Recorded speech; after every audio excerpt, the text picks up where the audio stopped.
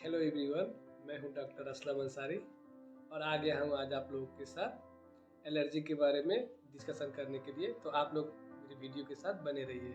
जब हम लोग खाना खाते हैं, बाहर का हो या होटल का या घर का, तो कितने सारे जीवाणु हमारे मुंह से पेट में जाते हैं।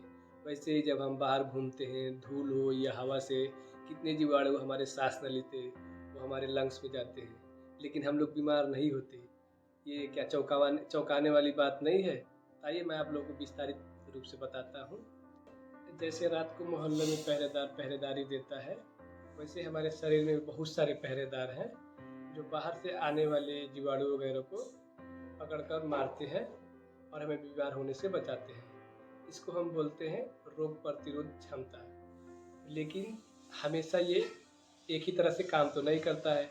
कभी कभी ये भूल काम कर बैठता है और तब हमें दिखाई देता है एलर्जी। मान लीजिए जैसे मैं खाना खा रहा हूँ, भात, उसके बाद से बीफ, मछली, बैगन, खाने में तो बहुत मज़ा आ रहा है, लेकिन अचानक से मेरे शरीर पे लाल लाल चक्के चक्के से निकलना शुरू हो गया और वो खुजली भी होने लगा। आप लोग जानते हैं ये क्या हुआ?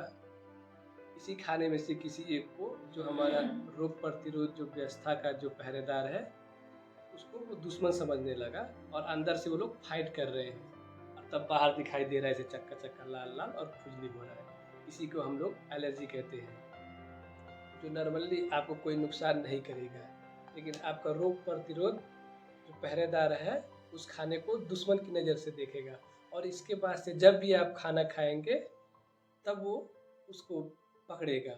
वो पहरेदार उसको पकड़ेगा और शत्रु की तरह देखेगा, तब आप पड़ जाएंगे फिर से मुश्किल। साधारण ये एलर्जी खुद से ही ठीक हो जाता है, लेकिन कभी कभी ये जानलेवा हो सकता है। तो आइए आज हम बताते हैं कि साधारण एलर्जी से कैसे बचना है और जो जानलेवा एलर्जी है उसको कैसे पहचानना है। आइए मैं बताता हूँ एलर्जी से बचने का तरीका। एलर्जी से बचने का दो तरीका है। एक है एलर्जी को होने ही नहीं देना। मान लीजिए जैसे आपको खाना या धूल वगैरह से एलर्जी है, उससे आप लोग दूर ही रहें। और दूसरा है, मान लीजिए आपको एलर्जी हो गया तो जल्द से जल्द आपको चिकित्सा लेना, ट्रीटमेंट लेना और उससे मुक्ति पाना। एलर्जी से बचने का तरीका जो पहला है, एलर्जी को होने ही नहीं देना। तो आइए मैं उसको विस्तारित रूप से बताता हूँ। तो जैसे कि मैं पहले बताया कि मैं खाना खा रहा था जिसमें बीफ, मछली, बैगन था, तब मुझे एलर्जी हुआ था।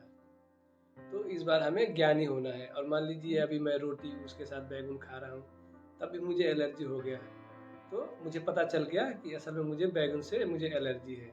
इसी तरह से और भी कुछ खाने हैं जिसको आप पता लगाएंगे और उसको लिस्ट करेंगे और वो खाने को अवॉइड करेंगे। एलर्जी करने वाली खाना तो आप लोग आसानी से पता लगा पाएंगे, लेकिन उसके अलावा भी कुछ और चीज़ें हैं जो एलर्जी कराते हैं। तो आइए उन सबको मैं लिस्ट करके आप लोगों को बताता हूँ। एक नंबर, डस्ट माइट, जो एक छोटा कीटाणु है और हमारे चमड़े के ऊपर रहता है। ये हम खाली आंखों से नहीं देख सकते, इसलिए इसको माइक्रोस्कोप देखने के लिए ज़रूरत पड़ता है। तो ये हमारा स्किन का जो मरा हुआ जो सेल है, जो कोश है, उसको खाता है। तो हम लोग जब बेड पे सोते हैं या सोफे पे बैठते हैं या जब ब्लैंकेट हम ऊपर ओढ़ते हैं, तब वो जो हमारा डेड जो कोश है वो वहाँ पे पड़ जाता है। उसके साथ साथ करोड़ों करोड़ों वो जो डस्ट माइट है वो लोग भी वहाँ पे वो भी पड़ जाता है और हमें एलर्जी होता है। तो अब इससे बचना कैसे है? तो हफ्ते में एक बार जो हमारा बेड शीट है, जो हमारे तकिए का कवर है या हमारे जो लेप का जो कवर है, उन सबको गर्म पानी से धोना है। इसके अलावा जो हम कम यूज करते हैं, जैसे सोफे का कवर या कारपेट, तो हम लोग कोशिश करें उन सबको कम व्यवहार में लाया जाए।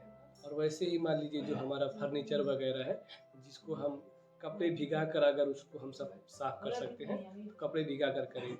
उसके अलावा अगर हम ऐसे कपड़े से ही अगर कुछ साफ कर रहे हैं जहाँ से धूल उड़ेंगे, तो हम लोग मास्क का व्यवहार करें।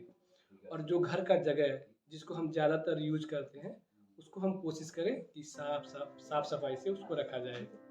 2 नंबर, रूम को नम नहीं होने देना है।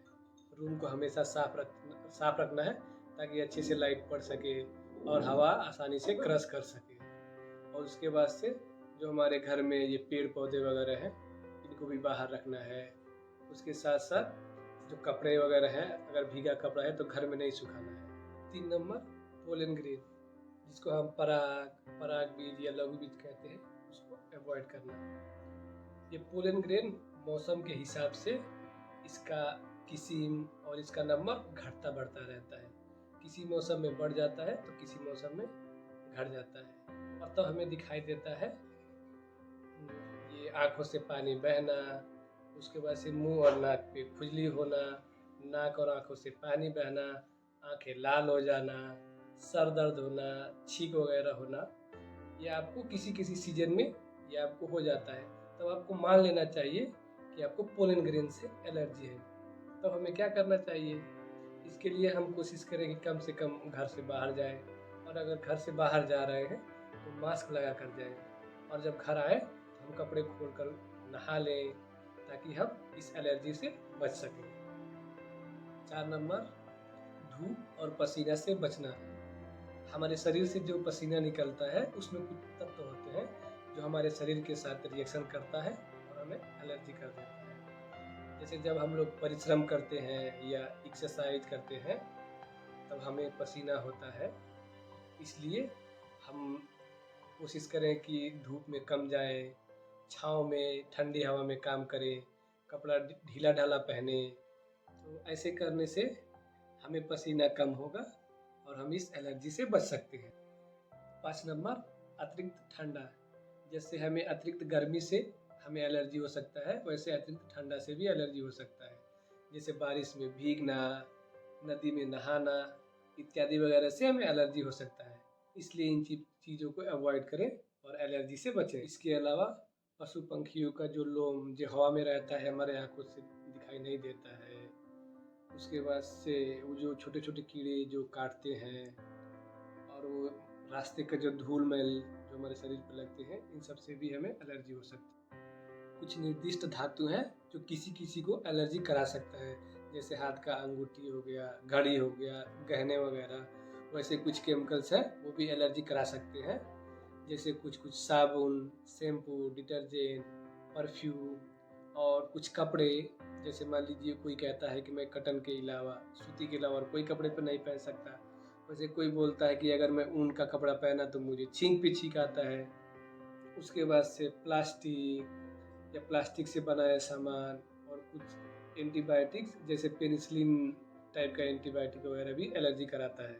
और खाने का बात तो मैं पहले ही बताया, जैसे बड़ों को प्रॉन या बादाम से एलर्जी हो सकता है, वैसे बच्चों में दूध या अंडे से एलर्जी हो सकता है। किसी किसी को खाना एक, लेकिन उसका प्रकार बदलने से उसको एलर्जी हो सकता है। जैसे कोई कहता है कि मैं लोकल चिकन खा सकता हूँ, लेकिन पोल्ट्री वाला चिकन खाने से मुझे एलर्जी होता है। वैसे ही जो घर पे पाला हुआ जो गाय, उसका मीट खाने से एलर्जी नहीं होता है। वैसे फार्म में जो पालते हैं, जो फीड खवाते हैं, उसका मीट खाने से उसको एलर्जी होता है। तो अभी तक तो काफ़ी लंबा लिस्ट आपके सामने मैं एलर्जी किससे होता है बोला।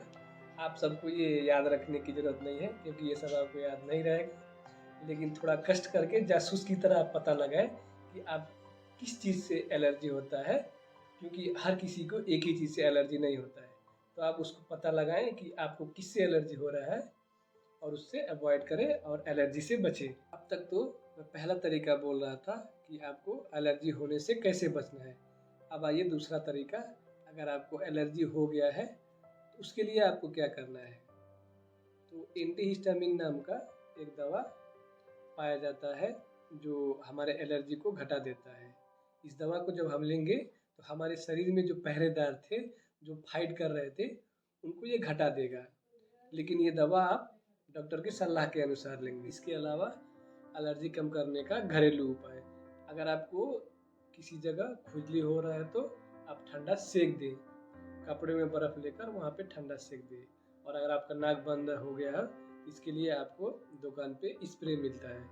और अगर आपकी आँखों से पानी आ रहा है या आँखों में खुजली हो रहा है तो उसके लिए आँख का ड्रॉप पाया जाता है। और इससे भी जो ज़रूरी बातें हैं वो है मानसिक तनाव। अगर आप मानसिक तनाव में हैं, इससे आपका एलर्जी बढ़ सकता है। तो इससे बचने के लिए आप रेगुलर योगा करें, ताकि आपका मानसिक तनाव घट जाए और आपका जो एलर्जी है वो भी कम हो जाए। अगर आपका एलर्जी बहुत ज़्यादा है तो इसके लिए कुछ दिनों के लिए आप स्टेरॉइड नाम का एक दवा आता है जो डॉक्टर के सलाह के अनुसार खा सकते हैं। ये एक बहुत पावरफुल दवा है जो आपको एलर्जी तो ठीक कर देगा, लेकिन इसके साथ साथ आपको इम्यूनिटी भी घटा देगा। इसलिए आपके शरीर में कोई और रोग यहाँ पे आकर हो सकता है। आप लोगों ने सुना ही होगा कोरोना काल में ब्लैक फंगस की वजह से कितने सारे लोग अंधे होते थे। तो माना गया है कोरोना को ठीक करने के लिए ज़्यादा से ज़्यादा स्टेरॉइड दिया जाता था जो इम्यूनिटी घटा देता था। इसलिए ब्लैक फंगस आके शरीर में वहाँ पे घर बनाता था और बाद में वो अंधा कर देता था। इसलिए अगर आपका एलर्जी बहुत ज़्यादा है तो आप स्टेरॉइड कुछ दिनों के लिए खा सकते हैं, लेकिन आप डॉक्टर के परामर्श के अनुसार खाएं। इसके अलावा टीका, जिसको हम एलर्जी वैक्सीन भी कहते हैं, आपको जिससे एलर्जी है उसका वैक्सीन थोड़ा थोड़ा करके कई वर्षों तक लेना होगा। अभी तक तो एलर्जी को लेकर मैं बहुत सारे तरीका बताया। एलर्जी को हम पूरी तरह ठीक नहीं कर पाए, लेकिन उसको हम कंट्रोल में या नियंत्रण में रख सकते हैं। उसके लिए आप डॉक्टर के पास जाएं, अगर ज़रूरत पड़े तो आप एलर्जिक स्पेशलिस्ट के पास भी जा सकते हैं। ख़त्म करने से पहले जो जानलेवा लक्षण है उन सबको मैं बता देता हूँ। ये सब लक्षण बहुत जल्दी से ये शुरू होता है और जल्दी जल्दी ये खराब की तरफ ये जाता है। सांस लेने में दिक्कत होना, सांस लेते वक्त शब्द निकलना, चक्कर आना, उसके बाद धड़कन तेजी से चलना, बेहोशी जैसे लगना या बेहोश होना, कन्फ्यूजन होना, ज़्यादा पसीना आना, मुंह, ओठ, जीभ, आँखों का फूल जाना और इसके साथ शरीर पे चक्के चक्के होकर खुजली होना, उल्टी लगना या उल्टी होना और साथ में पेट दर्द हो सकता है। ये सब लक्षण दिखाई देने के साथ साथ ही आप रोगी को हॉस्पिटल ले जाएं और आपको लगे कि रोगी ठीक हो गया है तो भी आप हॉस्पिटल ले जाएं, क्योंकि ये जानलेवा हो सकता है और एक इंजेक्शन देने से आप पेशेंट का जान बचा सकते हैं। इसलिए आप जितना जल्दी हो सके आप हॉस्पिटल ले जाएं। तो एलर्जी को लेकर यही थी मेरी बातें। ऐसे ही आपको अगर कोई वीडियो चाहिए, किसी के बारे में जानना है तो कमेंट करें, और अगर नए हैं तो मेरे चैनल को सब्सक्राइब करें। तब तक आप लोग अच्छे से रहें, फिर मिलते हैं कोई और वीडियो के साथ।